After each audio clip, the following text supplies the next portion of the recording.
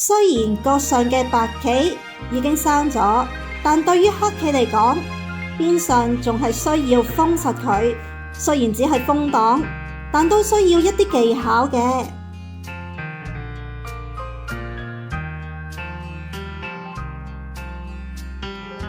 如果黑棋只係單單行1-3直擋，咁就落咗後手啦。雖然白空以後需要補一手，但白棋已經得到咗5目。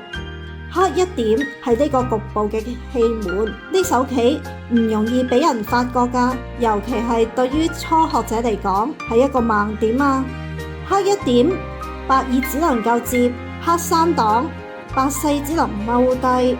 自此，黑一就開始發揮佢嘅作用啦。黑5擋打食白6，只能夠食咗黑1。雖然白棋所得嘅亦都係5目，但黑棋先手將白棋封住喎。如果係你會揀邊個方案呢？